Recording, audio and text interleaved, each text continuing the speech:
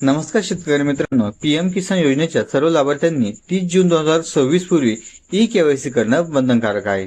जर तुम्ही e KYC मुदतीमध्ये पूर्ण केली नाही तर तुमची आगामी हप्त्यांचा लाभ बंद होऊ शकतो। सदर ई केवायसी आपल्या मोबाईलवरून कशी करायची याची संपूर्ण माहिती या व्हिडिओमध्ये देण्यात आलेली आहे।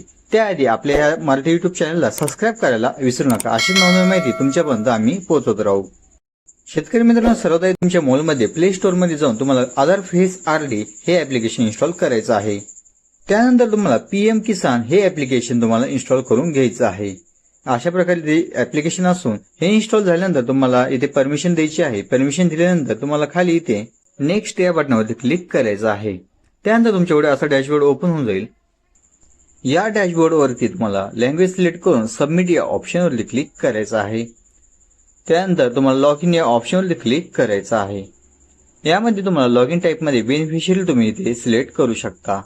ते सिलेक्ट केल्यानंतर तुम्हाला रजिस्ट्रेशन आयडी किंवा आधार नंबर टाकून तुम्ही इथे सर्च करू शकता। इथे आधार नंबर टाकून मी खाली इथे facial e KYC log in या ऑप्शनवरती क्लिक करत आहे। त्यानंतर इथे टिक मार्क करून स्कॅन फेस या ऑप्शनवरती क्लिक करत आहे।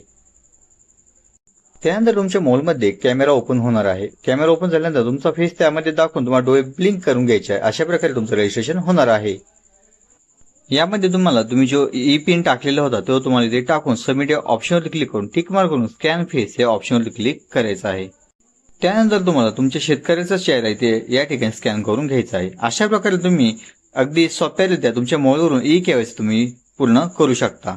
ई केवायसी झाली की नाही हे बघण्यासाठी तुम्हाला पुन्हा एकदा मेन डॅशबोर्ड वरती यायचं आहे।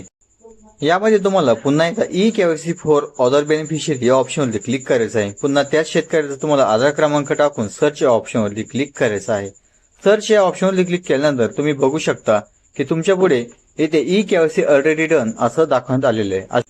अशा प्रकारे तुम्ही अगदी सोप्या पद्धतीने तुमच्या मोबाईलवरून ई केवायसी करू शकता। जय हिंद, जय भारत।